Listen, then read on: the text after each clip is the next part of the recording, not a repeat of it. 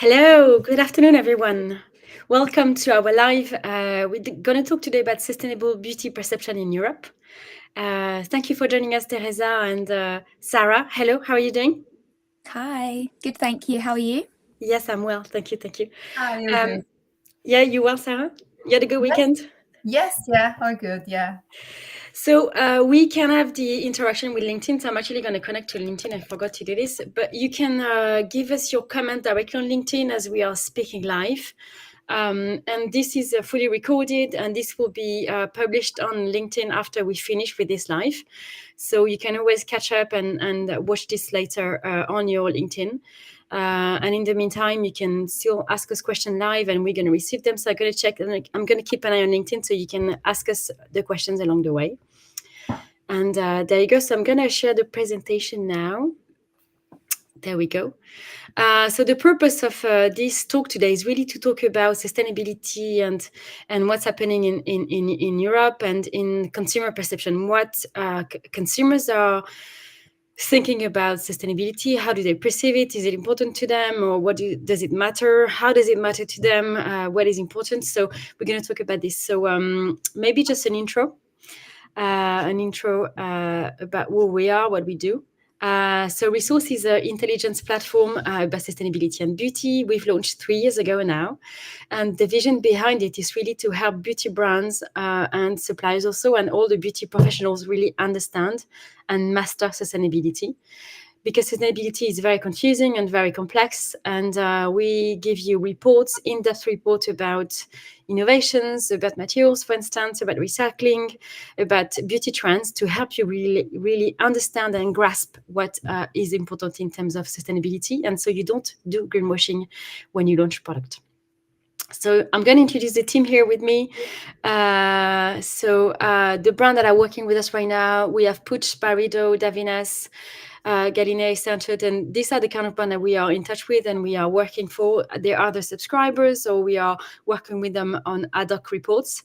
So this is the kind of companies that are following us and trusting us with our content. So my name is Eva. I am the founder of Resource, and then I have got more than 15 years experience in the beauty industry. I'm passionate about innovation, and I'm passionate about making something complex easy to understand. And that's why I created Resource. My background is really marketing and comms, and I really excel, or I really love taking technical subject or complex or scientific subject into something understandable and digestible. So now I'm going to let Sarah introduce herself. Yes, hello everyone. My name is Sara. I'm originally Italian, but I've been based in London, UK for the past 14 years now, nearly. I am a freelance content and copywriter, editor, and translator. I started out in IT marketing, where I worked for about nearly a decade, really. And since 2020, I've gone fully freelance, and I now specialize in writing about beauty, sustainability, diversity, and inclusion. I also work with some NGOs and some charities and human rights organizations across Europe. And Resources, I help Eva with developing the business and curating sponsorship content and opportunities. And yes, it's true, as you can read, that I am madly obsessed with Bruce Springsteen, and I did meet him in real life, and I did tell him that I loved him. It was very, very nice about it, and didn't make me feel embarrassed at all. Now I do feel a bit embarrassed, but I can't believe you met him in real life. He's really good. yes. It was after one of his concerts. It was outside the hotel where he was staying at here in London, and there were like lots and lots of fans. So yeah. It's great. Thank you, Sarah, for sharing this insight. And Teresa? Hi everyone, my name's Teresa Yee and I'm the content director at Resources, and my role at Resources is creating content. So I work with Eva on the newsletter and we create the content, and one of the reports that we created that we're going to talk about today. And my background is actually in trend forecasting. So I've been a journalist and trend forecaster for over 15 years. I spent a lot of that time at Global Trend Forecaster WGSN, where I was there for 12 years.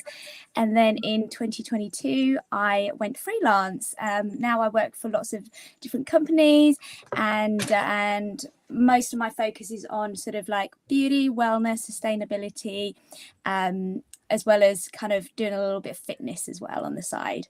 And one of my sort of things that I absolutely love is matcha, and I can easily go through like 6 cups of green tea a day. So Very good. I mean, for me, matcha is a bit bitter, but people say to me, if you drink it with like a coconut milk, it's easier, it's a bit less bitter. So definitely, one I of like the a bit of tips that I got. oat milk with it for sure. Cool. Very good. So now we're going to go into the presentation. So first we're going to start with UK and Northern Europe with Teresa.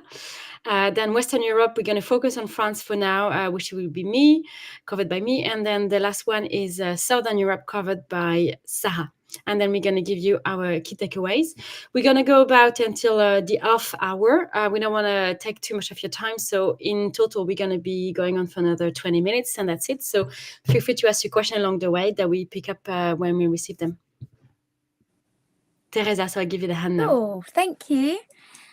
Let me just go to the next slide. So what I'm going to go through today is part of a report that is on the website. It is a paid report, so if you do want access to it or you're interested, please do let us know. But I'm just going to cover some of the key insights from this report. This is just kind of a little of a snapshot of what is currently happening in the UK, and then you can also see a little bit of what's happening in Northern Europe as well. And what we're seeing at the moment is that there is quite a lot of focus on refillable packaging, which we are seeing in the UK. I just feel like this is a really strong focus at the moment, and there's a lot of beauty brands investing in this space, whether it's in-store refills, refill packs that you can buy directly from the shops, or like basically reuse and return schemes as well. So this kind of just gives you a little snapshot. In the UK, there are quite a lot of kind of bubbling up and also key sustainability trends, but this was one that we felt was quite big at the moment now. Here we're seeing a lot of, in the UK, with the rise of cost of living, it's kind of having quite a big impact on people's buying decisions. We know that from our research that we did, that half of consumers surveyed said that they're prioritising rising costs over environmental concerns. And this means that they are sort of sacrificing their sustainability choices for cost and value.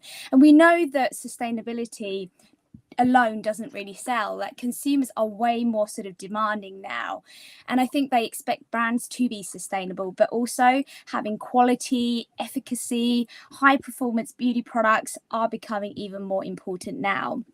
And I think that what's really interesting is that UK consumers are looking for beauty brands that promote natural beauty rather than sustainable beauty. But the key to winning that consumer in the UK is ensuring that you really provide greater transparency. Consumers today are so much more well educated than ever before, and they kind of want to know everything about the ingredient sourcing, to the manufacturing, to the product and processes, and also the supply chains. And one of the things that we are seeing more of is the rise of in-store recycling, with high street retailers like M&S, so Marks and Spencer's, Harrods, Boots, even like more prestigious luxury retailers like Space NK, all offering these sort of initiative for the UK consumer. And I think that UK consumers do actually enjoy going into the beauty stores to buy products. For me, I absolutely love it because you can test, play with the products. And beauty really is that sort of experience. So they want to, you know, as I said, test it, smell it, try it. So I really feel that there's opportunity for, you know, retailers and brands to really encourage people to return their favourite products for an incentive or a discount. And then government legislations as well, really pushing UK businesses to adopt more sustainable practices. So there's the plastic packaging tax, which came into force in April 2022. to more even recent like legislations, like the ban of the use of wet wipes with plastic in them. So we know that a few years ago, Holland and Barrett's did stop selling single-use beauty masks across all UK stores and online, and now we're seeing more sort of retailers following suit, like the Boots and Aldi's as well. Okay, let me go on to my next slide. And then one of the brands that we wanted to call out that's dominating in this space is Heckles. As a business, they're really at the forefront of sustainability, and they're really focused on sort of this local sustainability sourcing. For example, the seaweeds that they harvest is all by hand, and they really invest in like biotechnology. And we think that this is a trend that's going to get bigger and bigger. They also are very much community driven as well. So they really try to encourage the local communities to collect their beach rubbish in return for a free product. And I really feel like this is a really great way to get the community involved in environmental projects, and also increasing the brand reputation as well. So these were just some of the insights from our report.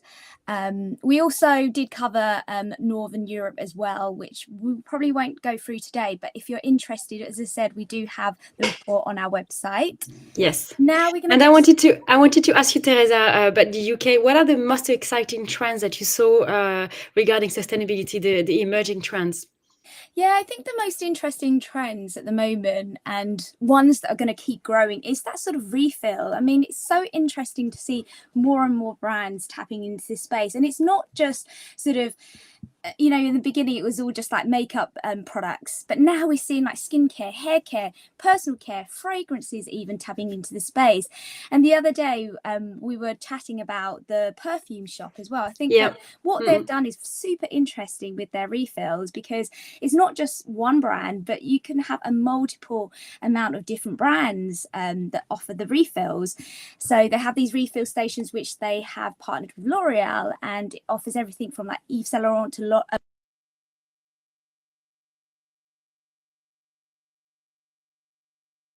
greater options and greater choice as well. I'm sorry, you were muted on there for 2 seconds. I don't know what happened. Yeah, I think the market is offering really great options. Did you want to expand? You talk about the refills already, so maybe we can go to the next chapter. Yeah. So I'm going to take over now and talk about Western Europe, and we're going to focus on France. What I love about our team is like we all like, you can see like Sarah is Italian, I'm French, and then Teresa is British. So it's really good that we have the local people doing these reports. And usually that's how we would work with resources. We would cover report, and when we do report with Asia, we're specialists in Asia, in the Asian market.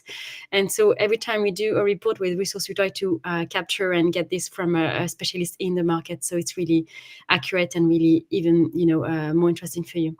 So regarding France, so what we've done, and you can see in the final report, we've done a map of Europe where we try to map out and to give you like the keywords regarding sustainability in the region. And for France, we found that refillable and recyclable packaging are the biggest trends.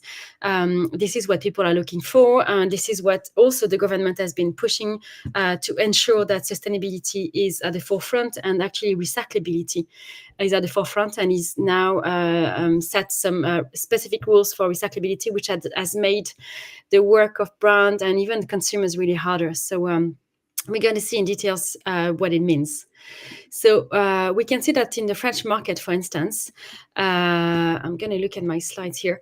According to IFOP survey, 92% of French people say they favor geographical origin in their purchase. So buying made in France is really key for them. I don't know if you know, but in France, the cosmetics market have been vivid for a long time, and we've been making cosmetics everywhere. So it's actually possible to make a product 100% made in France when you make cosmetics. So even perfume, or even I'm not sure about makeup, but I'm sure for skincare and perfume, and also makeup, actually you can have made in France. So we can see that it's a sustainability interest, I guess, because the fact that you made locally means that you reduce your impact on logistic, on carbon footprint, etc. So it's interesting that consumers are looking into this. And also, we can see that 39% of French consumers declared a desire to decrease their consumption. And it's 39%, it's related to cosmetics, because in fashion, it's 64% of consumers declaring they want to decrease their consumption. So it's interesting to see how in France, most of the trends regarding sustainability are about consuming locally and consuming less. And it's interesting how nobody wants to hear about this, because we work in we work in an environment where we need to make business profit and to be profitable year on year. And when I talk about this at a beauty event, people say, "Oh, we don't want to talk about this, the deconsumption," but it's actually something that is happening really widely in the market. And I think targeting your consumers, talking to them about conscious consumption and consuming the right product. And we see a lot of trends regarding like brands saying like, it's only a 7-step routine for the entire day. You don't need any more product. So we see like these trends going into smaller steps and reduced routines in terms of skincare. And so it's interesting how consumers are looking into this to make sure that they consume better. It doesn't mean they consume necessarily less overall, but they consume better. So this is one of the trigger warning. Maybe, overconsumption is really like tiring people, and also it's related to the economic crisis, as Teresa mentioned about the UK. When you have economic crisis and you have less money, you need to spend less. So maybe you are more mindful about the choices you make in consuming beauty. So this is really what's impacting the market right now. We also see that that in the market. The percentage of ecoactive, so this is the last information here on the slide. The percentage of ecoactive in the world has decreased over time. This is a study by Kantar. They do this every year, where they analyze the number of ecoactive and what ecoactive people say. And the eco-active are the people that are the most active and the most activist and the most implicated when it comes to consuming sustainable beauty. And this percentage has reduced overall in the globe, except for France and Colombia, because in France and in Colombia, there's been a lot of push from the government and a lot of media coverage as well to ensure that a better consumption and sustainability has been translated, has been communicated to the media. And also in France, I don't know if you know, but there's been this AGEC law, which is the climate law related to manufacturing product. And now any product that is made on the market needs to be 100% recyclable. It means that it needs to be incorporated into a recycling stream, existing recycling stream. And for instance, what does it imply is like ABS packaging, which is mostly common into makeup packaging, has to be removed and has to be replaced by a recyclable packaging, which is very complex, which is making the world of brands really complex. And the same for consumers, because consumers need to make sure that whatever they consume goes into the recycling bin now, which wasn't the case before. So it's interesting to see how all of this is influencing consumers. And the more the government promotes sustainability efforts, and you can see that on TV. It's funny that because I live in the UK, but I also go to France regularly. But on TV, there's a lot of ads that talk about sustainability somehow in the fact that it's recyclable or it's greener for the environment. In the UK, hardly so. We don't see that in the ads so much. It's interesting how the government really influence what's happening in terms of general communications. I think, Eva, if I'm correct, I think I even saw something like that at the Paris Metro, like adverts promoting, recycling and more sort of like sustainable and responsible practices. So it does feel more ingrained almost in the culture. Yeah, it's really part of the culture, and it's been like this since the early 2000s and the late 90s, actually. Yeah. But it's been pushed in the last 5 years with the AGEC law, etc., when the government has been pushing for new regulation to be set in place to push for better consumption. And do you think that brands are ready to respond to this? Yes, I think it's really hard, because for ABS, for instance, in terms of packaging, it's really complex to make to transform all packaging from regular packaging to ABS. So it's really complex for brands, but they have to tackle this and they have to answer this. And what's happening right now, we see a lot of consortium being set, meaning brands working together to find solutions. And I think this is the only way we can make it work, because if it's one brand in isolation, they won't be able to find a solution. But if it's brand working together with suppliers and with recyclers also, they will develop solution. And this is what's really happening right now in the French market. Sorry. I wanted to continue on to talk about L'Occitane. L'Occitane is one of the brands that has been really involved into sustainability for quite a long time. Since the inception of the brand, actually, in '96, they've actually developed a refill system. So you could go back to the shop and refill your glass packaging. There was a deposit glass packaging system set in place. And now L'Occitane, because they have shops everywhere in France or in the world, actually, they are able to talk about their sustainable innovation, and they've actually put in place like a refill fountain into their shops.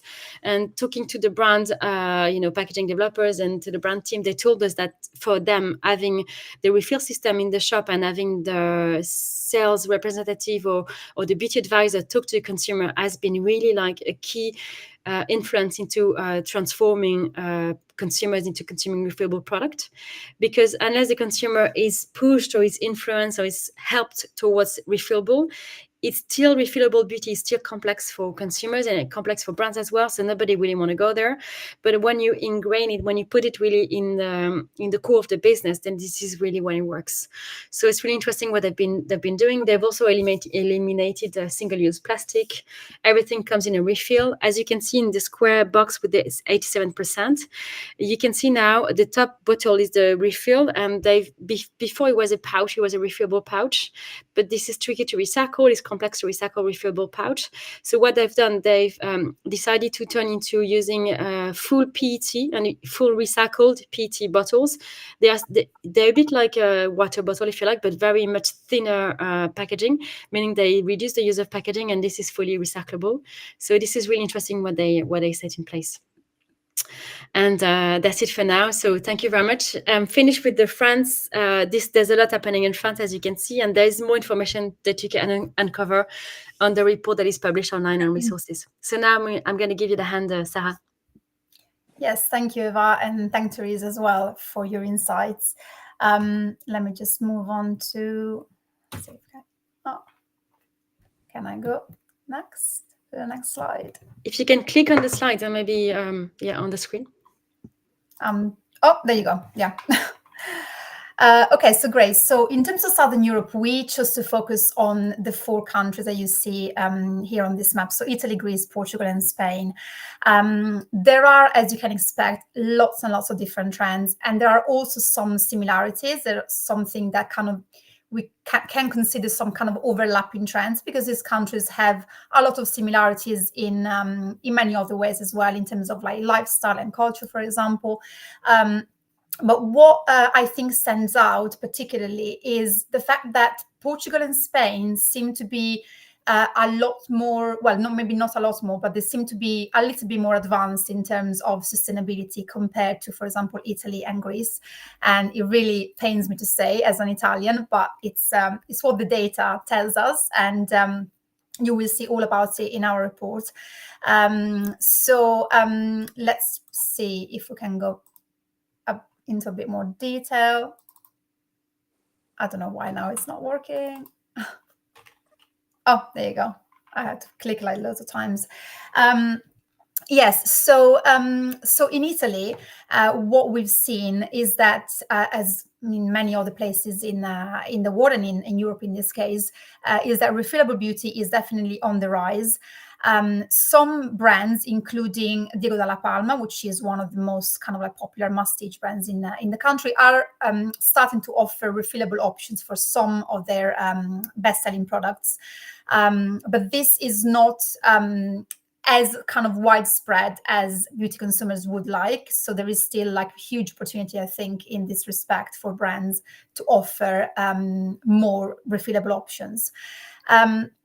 And interestingly, I think it's quite different from what Teresa was saying in the context of the UK. We have seen that claims of sustainability, as opposed to claims of like a product being natural or organic, have grown exponentially in the past couple of years in Italy, which points to the fact that Italian consumers seem to be more interested in a product being actually sustainable, traceable, and more responsible, as opposed to just containing purely natural ingredients, which, yeah, I think is quite interesting considering how things are slightly different maybe in other countries. Another really thing that really surprised me actually when researching Greece is that despite, of course, the rising cost of living and inflation and economic recession that the country is having to deal with, and lots of other countries as well, the trend of premiumization, so premium beauty, is actually getting quite strong in the country, especially in the subsection of dermocosmetics. And I'm wondering if maybe this can sort of tell us something more about how beauty consumers experience beauty products. So a beauty product is no longer seen as something that you buy, finish, and throw away. But with like premium beauty, and especially with refillable packaging, if it's made to feel and look luxurious and maybe even personalized, it's something that turns the whole thing into a more holistic experience, and it may even turn the product itself into something like a decorative item, really, that you can sort of display in your home. So I thought that was a very interesting insight. Yeah, that's something we talk about in another report where Yeah. I mentioned about the fact that now beauty is becoming so, because you have the refill, as you're right, like the parent, like the host packaging will become more like an art object and a keepsake object, and we see that particularly in the luxury segment. So it's really interesting. Yeah, definitely. And then Portugal. So Portugal ranks 18th, most sustainable UN member state, and actually Spain ranks 16th. So both Portugal and Spain are, and I believe they are the only Southern European countries to rank as high on this list. So sustainable living in Portugal is more than just sustainable beauty. Is a really holistic approach to a person's lifestyle, to a person's way of living. And therefore, I wasn't surprised at all to find out that this sort of like less is more approach to beauty and skincare is growing a lot in the country, and this allows consumers both to create more sort of minimalist and simplified, but also personalized routines, but also to waste less, really. Oops, I don't know why. Did you skip to? Oh, sorry. In terms of Spain, so in Spain as well, we found out that beauty minimalism, so-called skinimalism, is a strong trend, and it's helping consumers both waste less and simplify their skincare using more sort of versatile products. But there's also we found there's also like a big focus on the efficacy of a product, not to the detriment of its sustainability, but consumers are still very much concerned with whether a product will actually help them achieve the results that they desire. So there's been a kind of comeback to sort of like really popular ingredients that are well known for their results, for delivering actual results, so such as hyaluronic acid, retinol, vitamin C, AHAs. So yes, there is definitely a really big focus on product efficacy in Spain. Sarah, before you go on to your next Yeah. slide, can I ask a quick question around what Sure. you think is sort of the biggest sort of thing that's currently lacking when it comes to sustainability for beauty consumers in the region? Yes, I think that especially compared to the findings that we have from the rest of the continent, I believe that refillable beauty is definitely, we're definitely getting there in Southern Europe, but it's not an area that's developed enough to kind of bring real tangible results and real change. And that's, it's quite it's in contrast really with what consumers want, because consumers do want it. And especially in Italy, in the report, actually, there is I think we mentioned a specific survey that was conducted with Italian consumers, and you can see all the numbers and all the facts. And so there is, especially in Italy, a willingness from the consumer to embrace this practice, to embrace refills, but brands really need to get on it. Board, yeah. So do you see any sort of refill stations like in the UK, in Italy at all? So from my personal experience, I come from a very small town near Milan, and when I go to Italy, I tend to just like stay there for obvious reasons, to spend time with my family and friends. And from what I've seen, there aren't any. Not even in sort of like bigger shopping centers or bigger sort of like cosmetic stores. What I've definitely seen in the past few years is kind of like an improvement definitely on the packaging side. So the packaging itself, there, if you go to like even like the smallest sort of like more local cosmetic shop in my hometown, for example, you will see on the shelves a lot more options for packaging that's wooden packaging even, or a recyclable packaging, and this was not really happening up until a few years ago. So great. yeah. So I would just like end by talking quickly about Davines, which is the brand that we chose to spotlight today. Davines is an Italian brand, an Italian haircare brand that was founded in Parma in 1983. Over time, Davines has become almost synonymous with sustainability and innovation in haircare.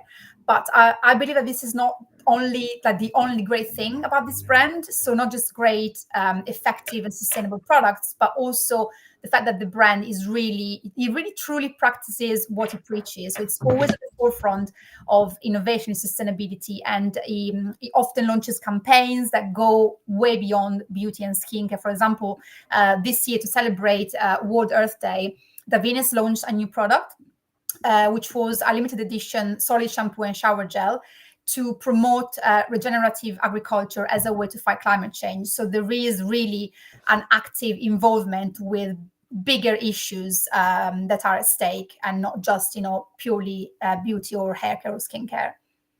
That's really interesting. Thank you very much. So now we're going to move on. Are we finished? Sorry, Sarah. Yes. Yeah. Now we're going to move on to the key takeaways, where we all share our insights about this presentation. So maybe you want to start again, Teresa? Yeah, thank you, Eva. So from the UK, I think there needs to be a greater focus on sort of transparency from brands. So just providing that extra information, educational content around your sustainable practices, your products, and also your supply chain. So I think that's really important. More incentives for refills. We know that refills are gaining mainstream attraction, but how can, if you're a retailer, how can you draw and entice your consumers? So making it very interactive, immersive, and having that convenience is really important as well, because you want to make it easy for consumers to have a nice, beautiful bottle to return and refill. And then also just making sure that you really stay ahead of all the new legislations and laws, because loads of new legislations are coming in. So making sure that you stay on top of this is really important. Yeah, we called my section Western Europe, but obviously UK is included in Western Europe, but the way we made the report is like UK and Northern Europe. So we don't want to say that UK is not part of Western. Obviously it is part of it. So I just wanted to make this precision. So for France, I want to say that because as I implied, because the government is heavily targeting sustainability to media coverage on recycling scheme, sustainable product making is expected now really heavily on the market, and it really influences the way consumers perceive or expect beauty products. So that's why they expect the minimum now, recyclability and biodegradability for formulas. So it's really interesting how consumers are demanding this now. It's a minimum requirement. I would say on every market, but in France, consumers are really demanding and about this. And then the second things also is thanks to regulation, I actually find that it's really helpful for brands, because it has leveled up the playing field for everyone, because now the regulation are set in place. Everyone is at the same level, where before you would have to be like a small brand to start with sustainability, or like you would have to be a big brand to have a bigger investment. And I find that the regulation are actually leveling up the playing field for everyone. And also because of the economic crisis, we're moving back to essentials and to slow living, or like conscious living. So people are more worried about what they spend, what they buy. And I think it's in conjunction with the economic crisis and sustainability, people are more thinking about what they buy, and they might just like take two products and say, look, which one do I want? This one looks better, but this one will last longer. Sorry. So it's interesting how now people are thinking about, they just don't buy on price, they also buy like the sustainability attributes. Yes, and in terms of Southern Europe, I think we found that there's a big focus on minimalism, so on sort of like stripping everything back to the essentials, both from a point of view of like having a more simplified skincare routine, and from a point of view of spending less and wasting less as well. And again, as I think we've seen in other countries as well, consumers no longer just want beauty products to be natural and to contain organic ingredients. They want proof, they want traceability, and they want proof of sustainability and waste reduction from the brands. Yes, that is really interesting. Thank you very much. As you can see, the insights are very different from one country to another. You may think that you know already, but actually, do you? This is why we uncover these kind of reports to help, answers. And I've learned a lot actually just with this webinar, because obviously we work on this together, but we all have on our own specificity. So it's really good to see that. And if you want to learn more about this, you can become a member on Resources. We do. So the report includes, I don't know how many slides we have, like. So these were just like an extract of the report, but you have much more information on the website where you can see the information about Italy, about Greece, about Portugal, about France, about Benelux, about UK. And we do reports on market and trends, packaging innovations, regulations as well, certifications. And it's only 900, it's under €1,000 a year per person. So yes, anything you all want to say about the fact that about what we do, what we achieve with this report, and what we bring to the market? Because the way I launched Resources 3 years ago, it was really to decipher and to help really people make better decisions and sound decisions about sustainability. And I like the fact that we're going to dig really deep into sustainability content, only on beauty, because I think food is a different deal, drinks and etc. is a different deal, but beauty is very complex and has got these very specific problems. So I like that. For me, I build Resource to be like a toolkit for a brand to be able to develop and to understand sustainability. Yeah, from me, I just wanted to highlight also that we are actually going to look at sustainability and consumer perception from a global view. So we have already published also alongside what we just showed you here, but LATAM America. So if you're interested in that market and understanding how consumer behave in those, Asia as well. And we also have the US coming up, as well as Middle East and Africa. So those are kind of some reports to look out for as well. Yeah, and a membership gives you access to all these reports. So without the need to purchase an individual report and pay for that, you have access to all of this content at a price. What did you discover the most? Because you're the most recent member of the team, Sarah. So what was the surprise you had about a sustainability, a trend or like a sustainability information that you find on Resources? Do you mean on Resources or on doing the research that we did, or on Resources in general? Yes, I think that during the research was really like the premium beauty quite like surprised me, to be honest. I wasn't really expecting that, because you don't normally connect that to an economic situation of instability and stagnation. So, but I think that there is a very strong emotional aspect to it, and a very strong, like, yes, I think that beauty is really truly becoming more holistic. It's not just about buying the individual product, as I was saying, using it, finishing it, and just throwing it away and forgetting about it and moving on to the next one.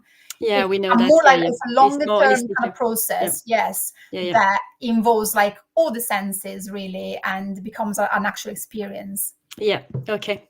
Great. That was great to have you on live with me, and thank you everyone for listening. I don't know whether we have a lot of people live. I'm not sure, but this is, you can rewatch that on replay as much as you want. So thank you very much. We're going to end here, and have a good rest of the week.